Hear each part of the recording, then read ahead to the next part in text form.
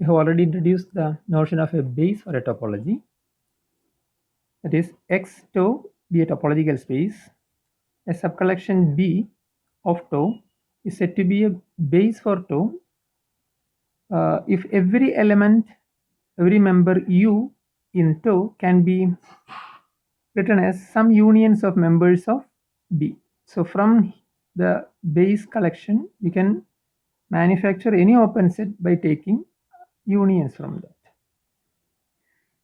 If you are just taking good examples like metric spaces, one can see that the open balls actually forms a base for the metric topology and all. And in fact, more specific way, if you are looking at the real line with usual topology, then one can take B as open balls, or even in another fashion AB, the open bounded intervals AB also forms a base for the usual topology. In fact, one can move with the real line with the lower limit topology or semi-open interval topology. If you want to look at a base for that, you can conveniently take B as the intervals of the form AB, where A and B are in real numbers.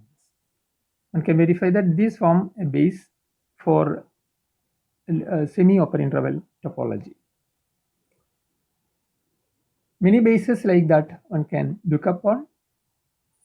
Discrete topology also one can discuss. And while moving this way, what you have to observe here was while looking at the axioms for the topology, the first axiom obviously gives you the empty set as well as the full set is inside there. Secondly, we are trying to assure closeness under arbitrary unions. Suppose you are relaxing a little, there is a chance of coming up. That is what it says through the base concept. Obviously, there are questions like this. Tau is any topology, whether there exists bases. Obviously, tau itself is a base. But much smaller collections are indeed in need. So if you are looking at even real numbers with usual topology, we have seen that AB, the open bounded intervals, form a base for the metric topology. In fact, if A and B are restricted towards the rational numbers, that also will be a handy collection to give the same topology. So this will be a base, which is very handy. Now, another non-trivial question is that, so once you are starting with some subcollection of power set of X, will it always give you a topology for which this fellow is a base? Obviously, the answer is no. For example, even on the real numbers, we can check. See, suppose I am looking at R, a set of all real numbers, and if I am considering intervals of the form A, B, the closed bounded intervals, where A is less than B, they are all real numbers. So this collection, if you are taking, this collection obviously all closed bounded intervals, degenerated ones. Now, by taking intersections of these kind of things, you can just make singletons are available in such a topology if it's a base. But then a moment's thought will reveal that no singletons can be written as the unions of these non-degenerated intervals. So any arbitrary collection if you are taking, it may not give a topology for which this fellow is a base. So what should be the condition or the characterization that has to be implemented? Obviously, things are like this. The third condition, I mean the closeness under finite intersections, are not at all touched while making the base condition. So you have to concentrate on that. Suppose we are just giving some assurance for which the intersection property is under control, then that such a collection will give us a base for some topology. More precisely, the proposition comes like this.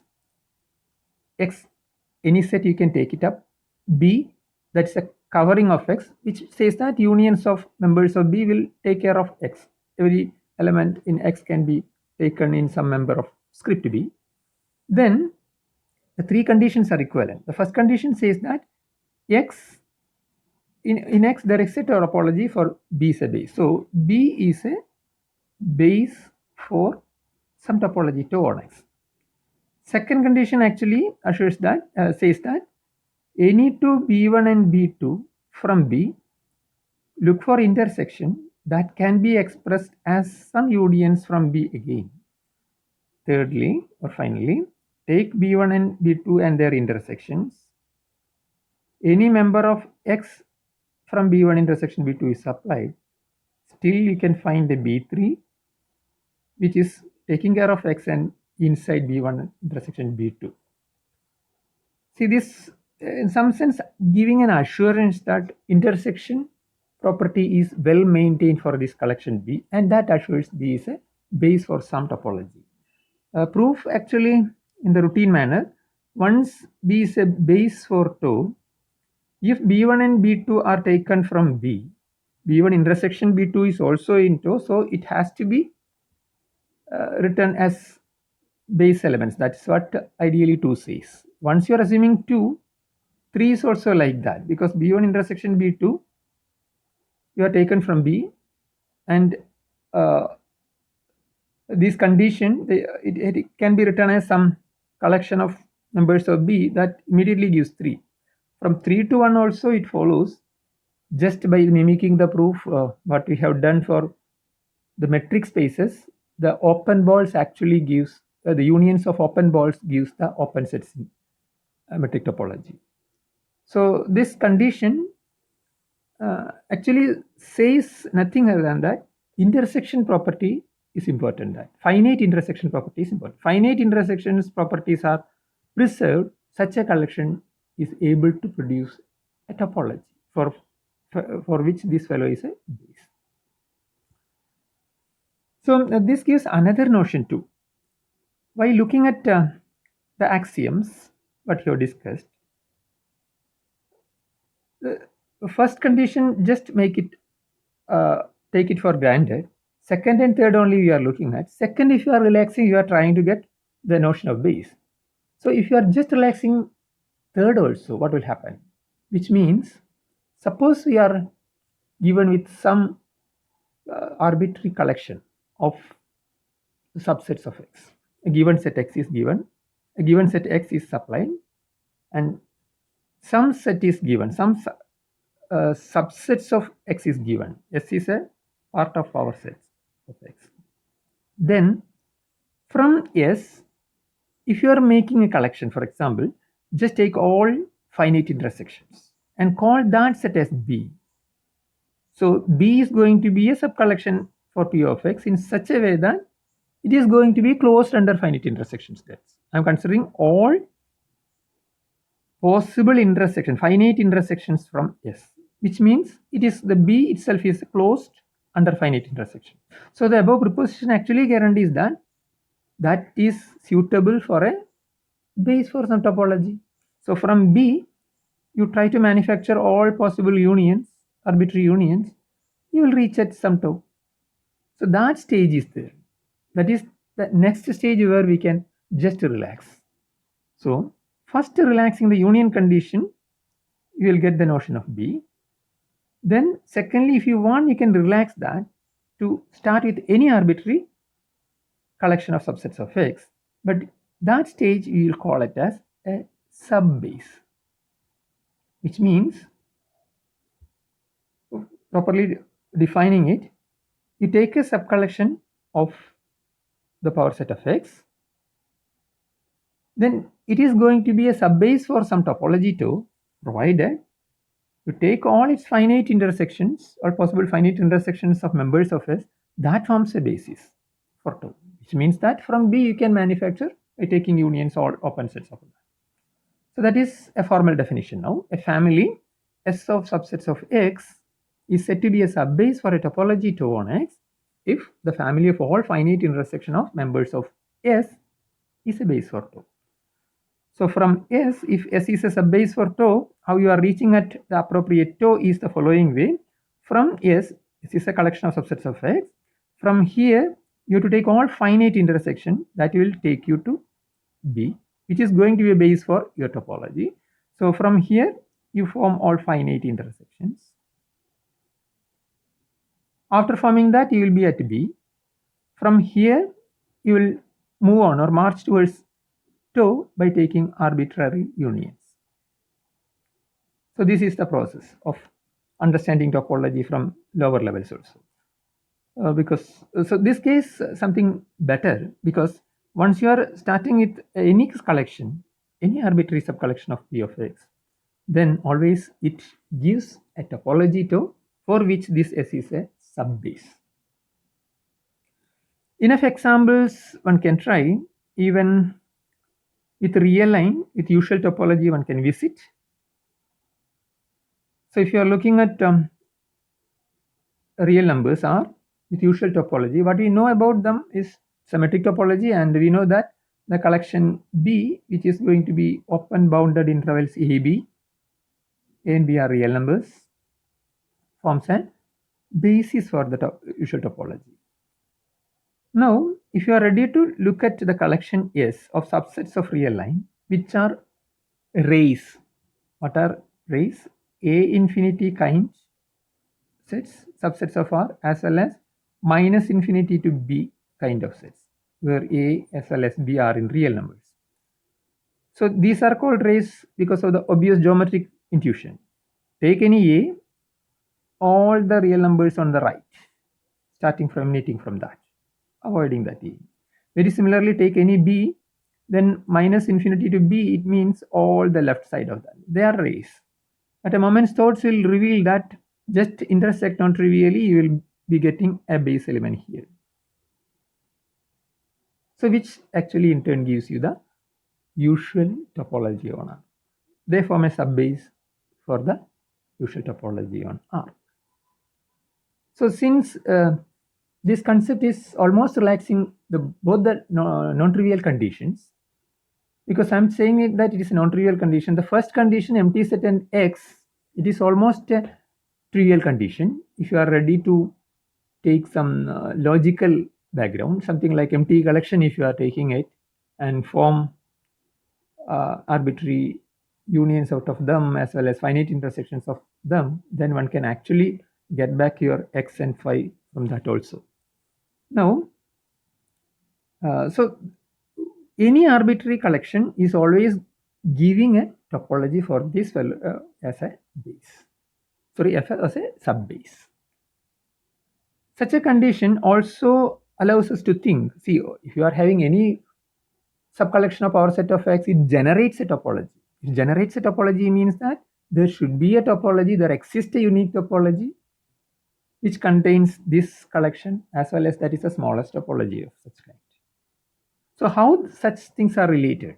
Obviously, in a very nice manner, we can state that X is any given set, so a topology on X, and S is a family of subsets of X, then S is a subbase for tau if and only if S generates tau. So S is a subbase for some topology tau. From here, you will be getting S generates tau. How to prove that? S is a subbase for tau. So let us just look at B, which is all finite intersections of members from S. Then that is a base for tau. Then this becomes a base for tau. Then from there you have to reach it. S actually generates tau. It means tau is the smallest topology containing S. This is any collection of subcollection of P of X, it generates tau. So to see that, it is quite easy because S is already in tau. This is a subbase for tau. So S is already in tau. Taking finite intersections, they are in B. Since tau is a topology, that should be again in tau. taking arbitrary unions from here, that also should be inside too, which means that a tau consists of everything. It means, in some other way, if you can talk about in this way, if you take any u, which is a topology, which is coming from S or generated by S, then what I was trying to say is that S is inside U. So through B and from taking arbitrary unions, and this fellow is closed, so it has to be inside that, which means tau is also inside U, which ensures that tau is the smallest topology of such kind. That is a very formal way of proof. Converse is also routine. If S generates to, that is, tau is the smallest topology which takes S inside this. So as before, if you are looking at, consider B, so that this part I am trying to look, the reverse part. I know that S generates tau. From there, I have to say that S is a subbase for tau. So as before, I am taking B as the all possible finite intersections of members of S. So in that case, I have to show that B is a base for tau. That ensures that S is a subbase for tau. Now, B is closed under finite intersections. So that itself will give you, it generates, there exists some topology U for which B is a base. But every member of U is a union of member of script B. But this means that the entire U is sitting inside tau. Tau is also a topology. But tau is given to be the smallest topology which take care of S, which ensures that tau is subset of U, which says such a topology, tau is exactly same as U, which means S is a subbase for tau. That's all. So either in describing a topology on a given set, either one can make use of the notion of base, or one can make use of the notion of subbase, whichever is convenient for us. Now, let us look some more concepts of manufacturing new topologies out of the old. For example, you consider R.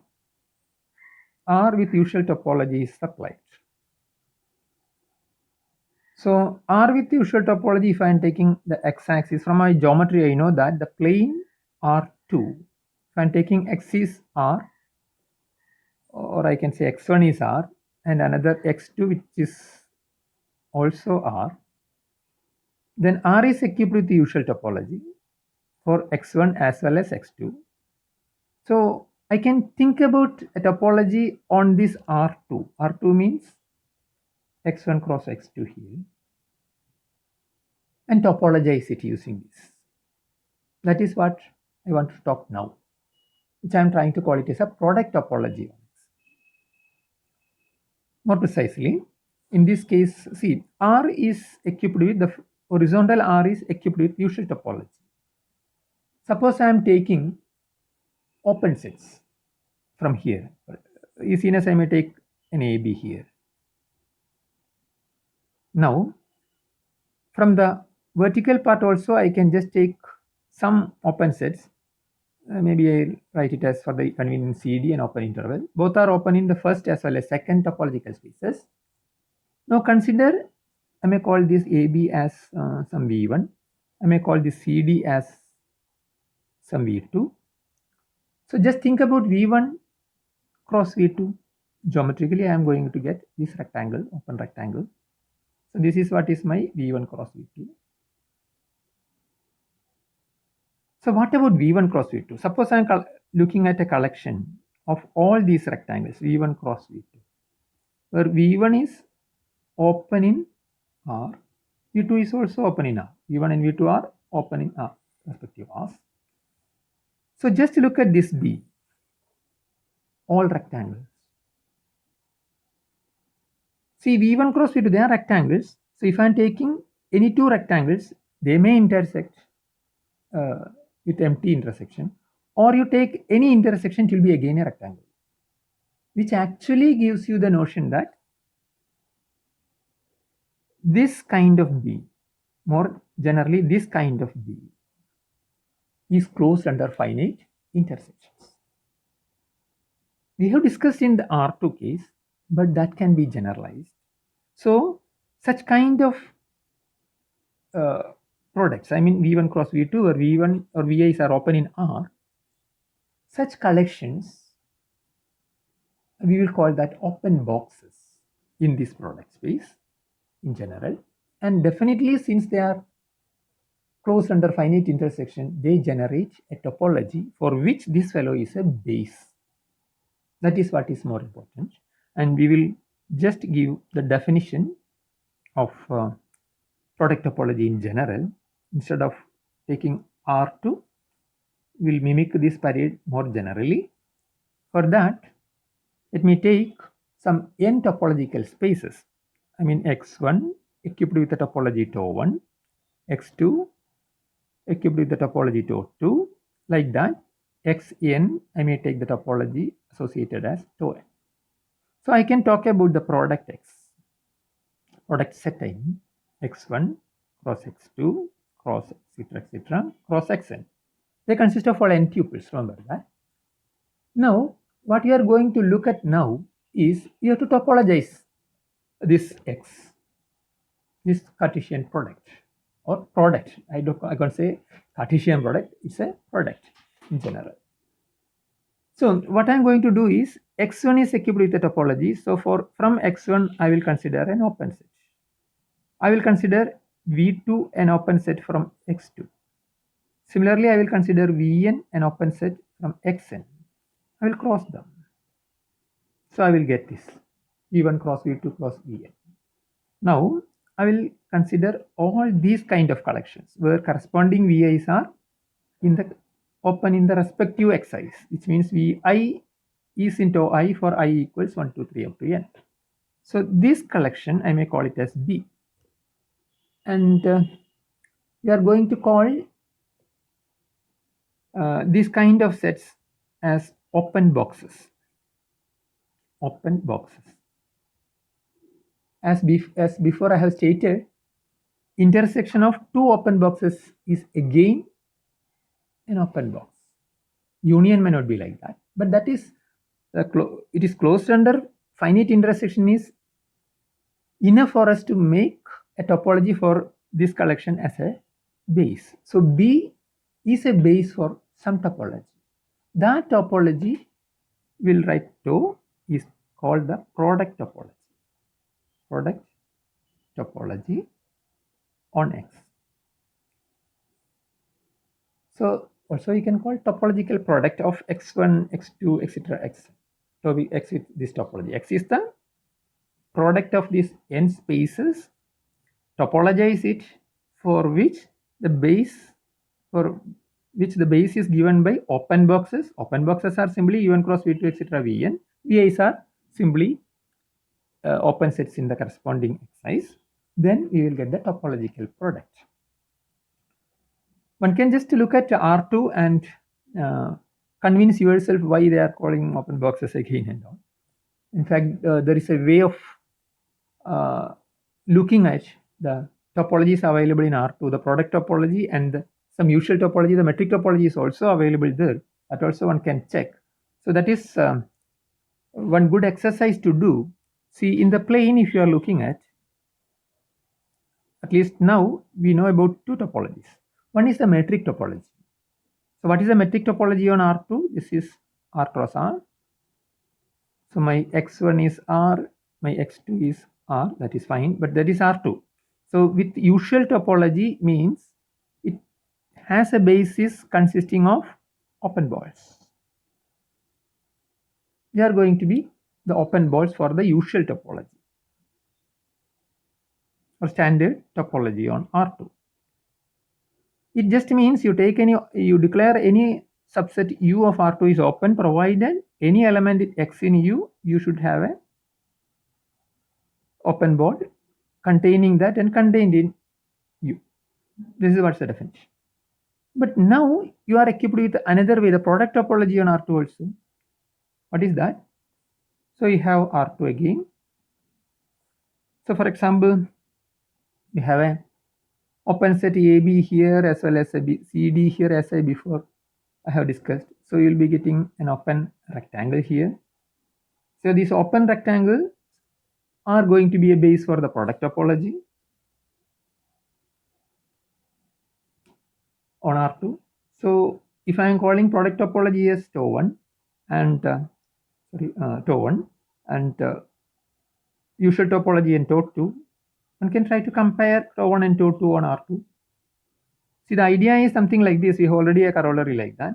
If you have a circular base element, I mean an open ball element, take any B, any X inside this, then is it possible for you to find a rectangle taking that X and contained in this circular region?